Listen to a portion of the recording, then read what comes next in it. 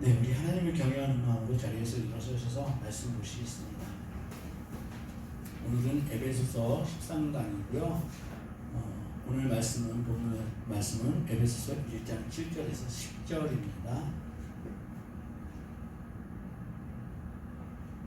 오늘 말씀을 통해서 하나님의 궁극적인 계획, 목적, 하심 그것을 확실하게 우리가 알아가는 시간 되었으면 좋겠습니다. 우리 다 찾으셨으면 한 목소리로 연극하겠습니다. 시작.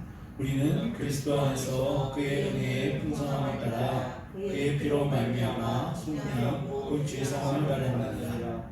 이는 그가 모든 지혜와 총명을 우리에게 넘치게 하사 그 뜻의 비밀을 우리에게 알리신 것이요 그의 기뻐하심을 따라 그리스도 안에서 때가 찬 경륜을 위하여 예정하신 것이니 하늘에 있는 것이나 땅에 있는 것이 다 그리스도 안에서 통일되게 하려 하심이라.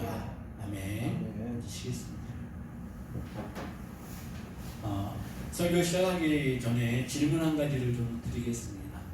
만약에 여러분에게 지금 앞날을 볼 수 있는 예지력이 생긴다.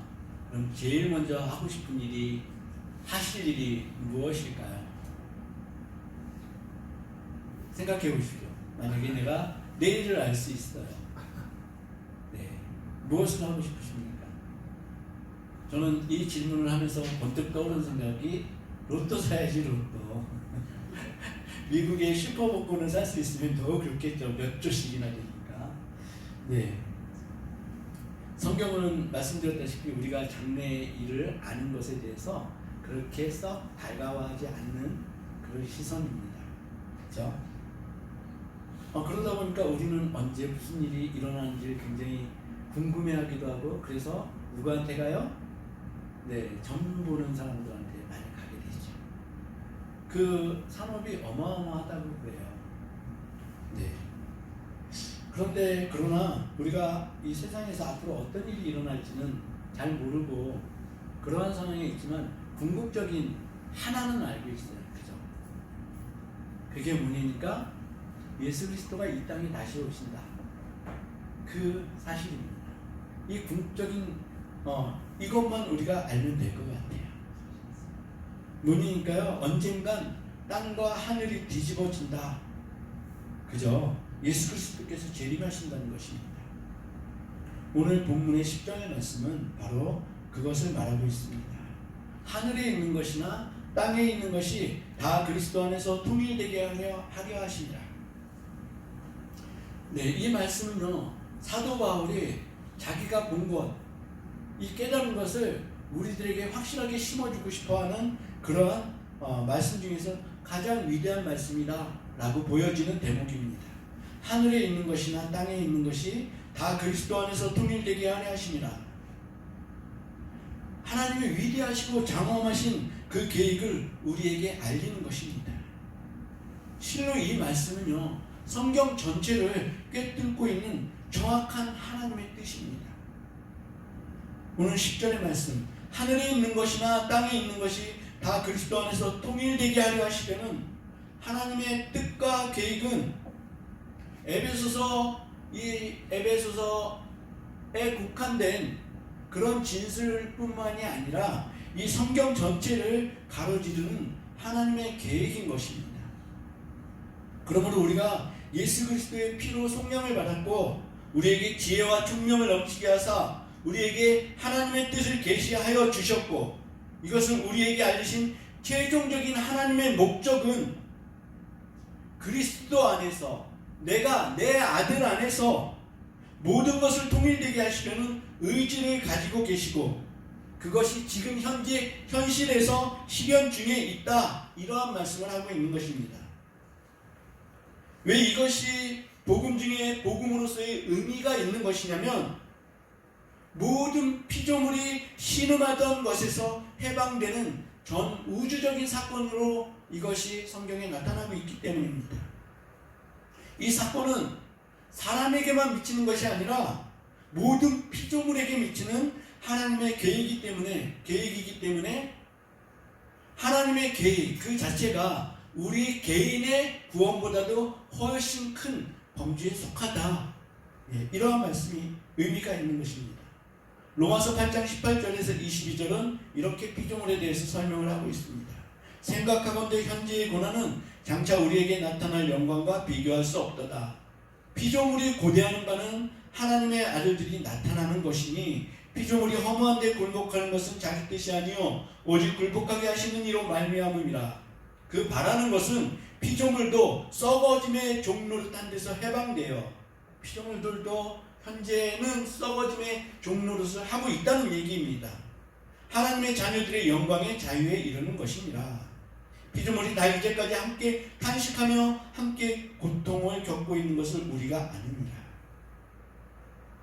그런데 오늘 저는 이 말씀을 준비하다가요 1장 7절에 첫 마디가 우리는 이라는 그 말씀이 너무 감격으로 다가오더라고요. 왜냐니까 우리가 한 식구가 된 거예요. 아무런 세상적인 안면도 없었는데 어느 순간 우리가 예수 그리스도 안에서 한 식구가 되었다. 이게 참 놀라운 감격이더라고요. 너무 감사했습니다. 하나님, 성자 예수, 성령님 이렇게 삼위일체듯이 우리가 하나로 묶인 것입니다. 이게 얼마나 놀라운 사실이고 얼마나 감사한 사실입니다. 제가 여러분들을 위해서 기도하고 있습니다. 여러분들 물론 저를 위해서 기도하고 있으시겠죠. 그죠? 이게 우리잖아요. 제가 요새 말씀드렸듯이 리처드 베스턴가요? 그분의 책을 읽으면서 참 목자는 이래야 되는데 무슨 얘기니까요? 목자는 양들을 위해서 자기 목숨을 내놔야 되더라고요. 그게 참 목자라 그러더라고요. 예수님처럼 그렇게 해야 되는데 저는 여러분들을 위해서 기도하는 것도 게으르게 하고 이러고 있으니 언제 참 목자가 될지 참 답답하고 그렇습니다. 우리는 세상에서 고통을 당합니다. 그리고 고난을 당하죠. 근데 이 세상에서 고통을 당하고 고난을 당하는 것은 우리가 잘 살펴봐야 될 것이요. 세상과 우리가 하나가 아니기 때문에 당연한 것입니다. 교회가 세상에서 영향력을 잃었다고 한탄하는 목소리가 들립니다. 계속 우리가 들어왔던 얘기죠. 그럼 다시 생각해 보면요, 교회가 세상에서 영향력을 행사하는 일은 옳은 일인가요? 그게 이치에 맞는 일인가요? 아마도 우리는 그렇게 생각할 수 있을 것 같아요. 그러면 너무 좋겠지. 그리고 교회가 썩었다는 세상의 지적은 일면 옳은 지적일 수도 있지만 저는 이것보다는요, 우리가 근본적으로 알아야 될 것이 교회와 세상은 원칙적으로 분리가 되어 있다는 사실을 우리가 항상 기억하고 있어야 된다는 말씀입니다. 교회에서 나오는 어떤 선한 영향력 있지 않습니까? 이것은 예로부터 지금까지 세상은 거부했습니다. 어떻게 거부했냐니까 하나님이신 그분을 십자가에 못 박기까지 거부를 했더라는 얘기입니다. 교회가 구하는 것과 세상이 구하는 것은 뛰어넘을 수 없는 괴리가 있음을 우리가 인정해야 되는 것입니다. 우리가 하나님의 자녀됨을 그러한 삶을 사는 것은 세상 사람들에게 어떤 이해받을 만한 그러한 요소가 사실은 별로 없습니다. 왜냐니까요, 신앙생활 열심히 하는 사람들 보면은 세상에서 뭐라 그래요? 미쳤다고 합니다. 이걸 영어나 원문적인 표현을 하면 또라이라고 얘기합니다. 이것은 뭐니까요? 그 전에 말씀드렸듯이 하나님이 하나님의 자녀들에게만 지혜와 총명을 주셨기 때문에 우리가 신앙생활을 할 수 있다. 이렇게 보시면 되는 것입니다. 제가 말씀드린 요점은 뭐냐니까요? 세상과 하나님 나라는 양립할 수 없다는 것을 말씀드리는 것입니다. 세상과 하나님의 목적은 그 계획은 완전히 다른 것입니다. 세상이 하나님의 뜻과 계획과 목적과 예정하심을 수용하고 받아들이는 그때는 언제니까요? 하나님이 공적인 권세를 행하실 그때에야 완전하게 받아들이게 될 것입니다. 세상의 자발적인 항복이 아니라 하나님의 공의가 예수 그리스도 안에서 실행되고 성취될 때, 그때에야 세상은 공중 권세 잡은 마귀는 이를 갈며 무적행으로 떨어지게 될 것입니다. 하나님의 공의가 실현돼야지만 자발적인 항복은 있을 수 없다라는 말씀을 드리는 것입니다. 그들은 계속해서 우리 믿는 자들을 공격할 것입니다. 참소할 것입니다. 여기에 귀를 기울이지 않기를 원합니다. 우리는 하나님의 공의가 예수 그리스도의 그 안에서 다시 통일되어지는 그 날을 기다리면 되는 것입니다. 그 날을 소망하면 되는 것입니다. 주 예수여 오시옵소서. 마라나타다 하시죠. 이것만이 우리의 진정한 소망인 것을 믿으시길 축복합니다. 오늘 말씀을 보니까요, 때가 찬 경륜으로 하나님께서 예수 그리스도를 이 땅에 보냈다라고 말하고 있습니다. 경륜이라는 단어는 요새 쓰여지지 않는 거의 사장된 단어라고 보여지는데요, 경륜은 두 가지 뜻이 있대요. 하나님의 권위에서 경륜을 바라보게 되면은 그것은 경륜을 계획이나 목적으로 해석할 수 있는 것이고, 우리 사람들의 그 입장에서 경륜을 바라보게 되면은 이것은 우리가 섬기는 직분, 이렇게 이해를 하면 되신다는 그러한 얘기를 합니다. 9절에 때가 찬 경륜은 하나님 입장에서 보게 되면요, 하나님의 계획이 때가 되어서 실행되었다. 그래서 예수 그리스도께서 이 땅 위에 오셨고, 히브리서를 보면 예수 그리스도께서 이 땅에 오심으로 말미암아 말세가 시작되었다, 이렇게 얘기를 하고 있습니다. 그럼 지금은 어떤 때예요? 말세의 때입니다. 예수 그리스도의 재림의 시기까지를 말세의 때라고 얘기를 할 수 있습니다. 이 말세의 때에는 어떤 일이 벌어지니까요, 디모데후서 3장에서 1절, 3장의 1절 4절을 우리가 한번 찾아보시면 좋겠습니다. 디모데후서 3장 1절에서 4절입니다. 신약성경 345페이지입니다.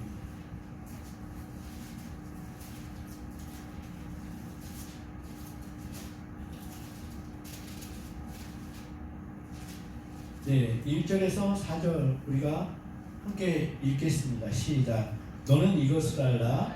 말세에 고통하는 때가 이르러 사람들이 자기를 사랑하며 돈을 사랑하며 자랑하며 교만하며 비방하며 부모를 거역하며 감사하지 아니하며 거룩하지 아니하며 무정하며 원통함을 풀지 아니하며 모함하며 절제하지 못하며 사나우며 선한 것을 좋아하지 아니하며 배신하며 조급하며 자만하며 쾌락을 사랑하기를 하나님이 사랑하는 것보다 더하며. 지금 보면은요, 세상은 자기 사랑에 미쳐있고 상대의 진영에 대한 혐오를 극한으로 심어주고 있는, 이것을 하기 위해서 현안이 되어 있는 것 같아요. 책임지기 싫어하고, 우리는 어디까지 이르니까요, 인생을 좀 오래 살면은 어느 순간 이런 얘기가 나옵니다. 다 그런 거지 뭐. 많이 들어본 얘기 아닙니까? 우리가 사람은 어떤 사람을 이해한다. 그 사람이 어떤 좀 잘못을 했다. 나도 잘못을 했으니까 다 그런 거지 뭐. 이렇게 받아들이곤 합니다. 네, 그런데 이거는요, 우리 크리스찬들이 가져야 할 태도는 아니라는 얘기죠. 만약에 우리 입에서 다 그런 거지 뭐 이렇게 나오면은요, 세상적인 그 속세의 물들은 그 세상 풍조가 우리 가운데 들어와 있다, 우리가 이것과 완전히 이별을 하지 못했다, 이렇게 판단하시면 될 것 같습니다. 왜냐니까요, 성경에서는 다 그런 거지 뭐 없습니다. 오직 무릎을 꿇든지 아니면은 나가든지 둘 중에 하나, 선택지는 이거밖에 없더라는 얘기입니다. 그냥 다 그런 거지 뭐 해가지고 다 포용한다고요? 이건 포용이 아니라 사실은 내어 쫓는 것이다. 예. 마지막 그때 예수 그리스도께서 재림하십니다. 그것은 하나님의 때가 찬 경륜이며 하나님의 목적입니다. 네, 예수 그리스도께서 이 땅에 다시 오시는 것이 하나님의 목적입니다. 그럼 예수 그리스도께서 재림을 하시면 어떤 일이 일어나겠습니까? 제가 언뜻 기억나는 일이요. 제가 중학교 때 휴거라는 책을 봤어요. 근데 그 휴거라는 책을 보면서 음악을 틀어놨는데 장성곡을 틀었어요. 혹시 아시는지 모르겠어요. 언젠간 가겠지 부르르니 청춘. 아세요? 제가 사모님의 그때 완전히 빠져 있었거든요. 그걸 틀어놓고 이 휴거라는 책을 읽는데요, 눈물이 얼마나 쏟아지는지. 와. 네. 나는 휴거가 됐어. 세상에 남은 사람들은 어떻게 할 거냐고. 엄청 울었습니다. 아마 그때가 최고로 많이 울었던 것 같아요. 태어나서.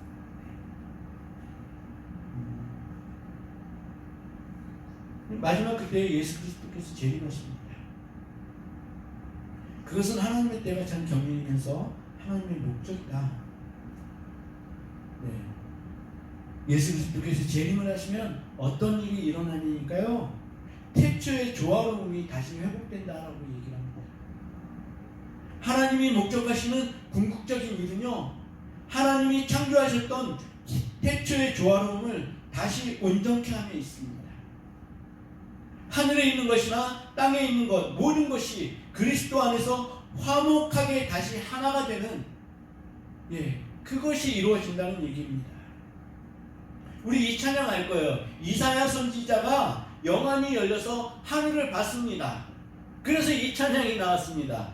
어떤 찬양이니까 이사야 11장 6절을 보면요, 사막에 샘이 넘쳐 흐르리라, 사막에 꽃이 피어 향내 내리라, 주님이 다스리는 그 나라가 되면은 사막은 꽃동산 되리. 여기가 너무 중요합니다. 사자들이 어린 양과 뛰놀고 어린이도 함께 뒹구는 참사랑과 기쁨의 그 나라가 이제 속히 오리라. 근데 이걸 이제 베이스식으로 부르지 않습니까? 그럼 이게 찬양이요, 그로데스크하다는 거예요. 좀 무섭게 느껴집니다. 사막에 여기까지 하겠습니다. 네, 이거는 어린아이들 목소리로 찬양하면 참 좋을 것 같아요. 그런 참 예쁜 찬양이 될 것 같은데, 우리는 참 감사하게도요, 이 조화로운 나라의 백성으로 선택되었습니다. 우리는 감사해야 되는 것입니다. 이 선택되어지면요, 세상에 그 어떤 것을 다 주어도 결코 바꿀 수 없는 놀라운 선택입니다. 불리어진 백성, 하나님께 택함을 받은 백성, 이제 그 나라를 고대하면서 누리면서 그분과 함께 다스리시는 여러분과 제가 되시기를 주님의 이름으로 축복합니다. 여러분, 위축이라는 단어 아시죠? 위축. 뭐가 염려가 돼가지고 무슨 일을 하지 못하는 거예요. 자신 있게 하지 못하는 거예요. 제가 7일 기도를 하러 교회로 왔다가 이것을 느꼈습니다. 제 영이 많이 위축되어져 있는 것을 느꼈습니다. 상황에 함몰되면은 하나님보다 나를 둘러싼 주위의 상황들이 먼저 보이기 시작합니다.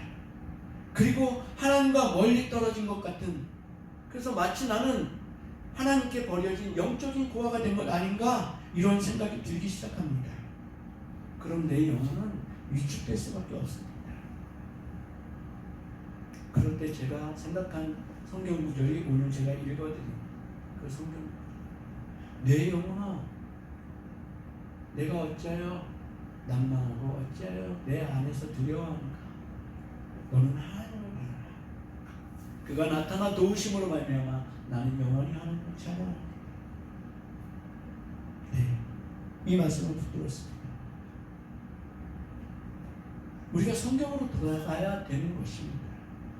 말씀을 읽으면서 나를 붙잡고 계시는 하나님이 얼마나 크시고 위대하신 분이심을 우리 가슴에 계속해서 새겨 넣어줘야 되는 것입니다. 그래, 그분이 천지의 주제이신 그분이 나를 붙잡고 계시지. 그럼 내가 좀 실패한 들 어때? 내가 좀 어려운 상황에 처해 있는 들 어때? 하나님이 나를 붙잡고 계시는데, 네, 낙심할 필요 없다는 말씀입니다.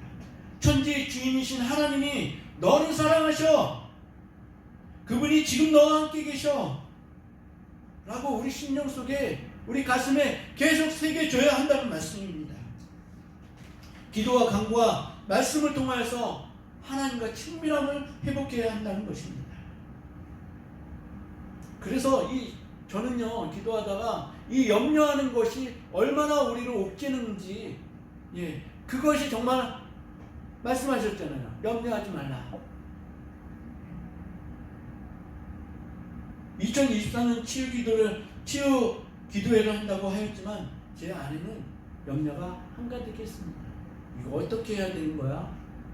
분명히 성령님이 시키셔서 하는 거는 맞는 것 같은데 어떻게 해야 되는지 모르잖아요. 근데 어떻게 하는 거니까 치유 기도는 다름이 아닌 하나님의 영화로우심을 선포하는 거더라고요. 우리 예전에 배웠죠. 기도가 무엇입니까? 소요리 문답집에는 이렇게 나옵니다. 우리의 소원을 예수 그리스도의 이름을 통하여서 하나님께 아뢰는 것이 기도라고 나옵니다. 그런데 어떤 분이 기도에 대해서 이렇게 해석을 합니다. 이게 정통적인 해석 같아요. 기도는 하나님께 묻는 시간입니다. 네, 묻는 시간입니다. 그리고 듣는 시간이고, 그러다가 보니까 하나님께 무릎 꿇는 시간이 기도다, 이렇게 얘기를 합니다. 저는 이게 훨씬 더 다가옵니다. 우리의 무엇을 아뢰는 시간보다 하나님의 뜻에 무릎 꿇는 시간이 기도라면, 이 기도를 통해 하나님과 친밀함을 누릴 수 있게 되면서 우리의 삶이 현재 고난 중에 있지만 이것 때문에 위축될 필요가 전혀 없음을 깨닫게 하시는 것입니다. 오히려 우리가 위축되어서 아무 일도 못했었던 우리가 기도를 통해서 하나님 앞에 나가게 되면 하나님의 군사로 오히려 하나님께서 쓰신다는 그러한 말씀입니다. 그래서 기도하다가 제 목소리는 크게 변했고 병마를 꾸짖을 수 있게 되었으며 하나님을 찬미하는 시간으로 변하는 시간, 은혜를 누리게 되었습니다. 바라기는 여러분들의 소원과 목적이 하나님과 맞춰져야 됩니다. 그게 참 소원이고 우리의 목적이 될 것입니다. 하나님의 소원과 목적이 따로 있는데 우리의 소원과 목적은 이거예요 하고 그것을 놓지 않으면 이것은 하나님을 배역하는 것이고, 하나님을 믿는 자의 태도가 아닌 것입니다. 하나님의 궁극적인 목적을 우리가 알아야 되는 것입니다. 오늘 본문을 통해서 이것을 우리가 짚어보고 있습니다. 하나님의 궁극적인 목적은 뭐라고요? 말씀하십니다. 10절입니다. 예수 그리스도 안에서 모든 것의 재통일을 말씀하고 있는 것입니다. 이 범주에 하늘에 있는 것이나 땅에 있는 모든 것이라고 말씀하고 있습니다. 근데 이 모든 것을 우리가 어떻게 받아들여야 되느냐, 이것도 문제입니다. 모든 것이라는 이 표현 때문에 우리가 하나님을 믿지 않아도, 하나님의 뜻대로 살지 않아도 결국 마지막 때에는 우리는 구원을 받을 수 있어, 우리는 성경의 말씀에서 근거해서 지금 이 얘기를 하고 있어 라고 말하는 그런 학파가 있습니다. 사실 이렇게 얘기하면요 환호성을 지릅니다.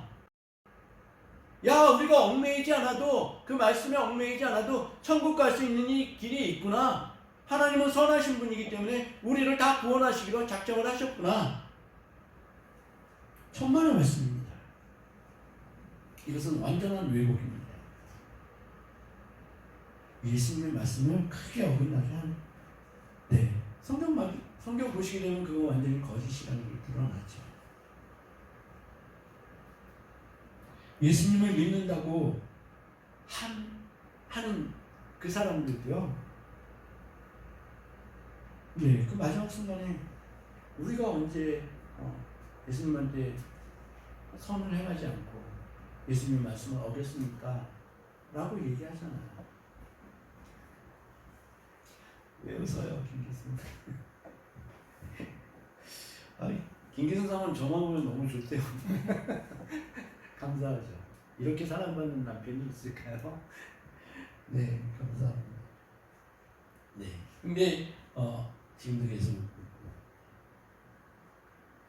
있고. 예수님이 꾸짖으신 사람들이 있잖아요. 위선자들. 하나님의 뜻을 행한다고 하면서도 자기들 뜻대로 행하는 바리새인과 서기관들, 그 위선적 믿음을 가진 자들을 예수님이 이렇게 꾸짖으셨잖아요. 마태복음 23장 13절에 화 있을진저 외식하는 서기관들과 바리새인들이여, 너희는 천국 문을 사람들 앞에서 닫고 너희를 들어가지 않고 들어가려 하는 자도 들어가지 못하게 하는도다. 성경에 의하면요, 범구원론이 아닌 것을 확실히 알 수 있습니다. 오직 예수 그리스도를 믿는 자들만 구원을 받는다고 예수님도 직접 그렇게 말씀하셨습니다. 요한복음 14장 6절에 예수께서 이르시되 내가 곧 길이요 진리요 생명이니 나로 말미암지 않고는 아버지께로 올 자가 없느니라. 아멘. 이것이 불공평하다고 세상은 불평합니다. 비난합니다. 왜 예수님께만 구원이 있다고 하는지 모르겠다고, 왜 너희들은 그렇게 교만하냐고 그렇게 묻습니다. 이렇게 살아도 구원받고 저렇게 살아도 구원을 받으면 좋겠다는 그들의 바람은 헛된 바람이고 망상일 뿐입니다. 자신들이 하나님이 된 자들을, 그쵸? 스스로가 하나님이 된 자들을 하나님은 용납하시지 않는 겁니다. 진퇴양난에 빠졌습니다. 스스로 구원은 할 수 없고 구원은 받아야 되겠고. 네. 최근에 뉴스가 나왔었죠. 북한이 포사격을 했답니다. 근데 거기에 우리나라는 2배로 갚아줬대요. 참, 이 기사를 보면서 희한한 나라에 살고 있다, 그런 생각이 들었습니다. 예전에 북한에서 귀순한 그 북한 병사의 얘기를 들어본 적이 있으실 거예요. 귀순하려고 한국으로 넘어왔는데 아무도 없더래. 그래서 내무반 똑똑하게 열고 들어갔어요. 들어가면 다 자고 있더래. 그래서 한 병사를 툭툭 깨워가지고 나 귀순하러 왔다고. 그제서야 연락이 돼가지고 소대장이 오는데 15분 이상이 걸렸대. 귀순하러 와 있는데, 북한군 병사. 그래서 또 북한군 병사가 물어봤대요. 너희 총은 어디냐? 총이 안 보여서. 그랬더니 총은 위험한 물건이어서 창고에 따로 보관하고 있다고 자면서 치워가지고. 저희 이 말을 이렇게 우리끼리 얘기하면서 얼마나 웃었는지 몰라요. 우리의 그 국방력이 우리나라를 지켜주지 못합니다. 네, 결코 그렇지 못합니다. 아무리 촘촘하게 지킨다고 해도 지금 완전히 그런 상황입니다. 우리가 핵무기를 갖고 있어도요, 전쟁은 일어날 수 있는 것이고, 우리가 첨예한 그 첨단의 무기를 갖고 있어도요, 전쟁에서 질 수 있습니다. 하나님이 지켜주시지 않으면. 너무 놀라운 나라 아닙니까? 외신에서 보면은 이 나라는, 이 대한민국은 불안해서 살 수가 없을 것 같은데 참 자유, 너무 큰 자유를 누리고 있다. 그죠? 그렇게 우리나라를 바라봅니다. 참 희한한 나라. 이 배짱은 어디서 나온 것일까요, 도대체? 어디서 나온 것 같아요? 모르죠. 저도 잘 모르겠어요. 그냥 지르게 사는 민족 같아요. 어쩌면은 수많은 그 외침을 받아가지고 거기에 단련돼서 긍정적인 마인드가 생긴 거 아닌가, 이런 생각도 듭니다. 그러나 전쟁이 일어나도, 세상이 멸망을 당하여도 그리스도 안에서, 그분의 사랑 안에서 새로운 통일이 일어나는 것, 이것이 하나님의 계획이고 목적인 것을 안다면 세상이 뒤집어지는 일이 일어나도요, 우리는 전쟁 가운데서도 평강을 누릴 수 있게 되는 것입니다. 왜? 하나님의 은혜와 평강이 우리들에게 임했기 때문에. 이것이 믿어지시기 주님의 이름으로 축복합니다. 하나님은 하나님의 목적하심과 계획을 오늘도 실행하고 계십니다. 저는 여러분들한테 이 성경 구절을 정말 매일 대입해서 읽어드리고 싶어요. 뭐냐니까요? 평강의 하나님이 친히 우리를 온전히 거룩하게 하시고, 네, 하나님께서 친히 우리를 온전히 거룩하게 하시고, 또 우리의 온 영과 혼과 몸이 우리 주 예수 그리스도께서 강림하실 그때에 흠없게 보존되기를 원하노라. 아멘. 네, 이렇게 되기를 원합니다. 그리스도 안에서 모든 만물을 통일시키실 때에 우리가 하나님의 온전한 사랑으로 서 있기를 주님의 이름으로 축복합니다. 네, 우리 기도하겠습니다. 하나님, 우리가 하나님의 목적을 주목하게 도와주소서. 하나님의 뜻에 순복하며 구별된 삶을 살게 하소서. 우리 장래의 소망은 오직 주 예수 그리스도이심을 고백합니다. 하나님의 궁극적인 뜻이 우리 가운데 이루어지게 하옵소서. 우리 이 제목을 놓고 주님 한 분 부르시고 기도하시겠습니다. 주님, 주님.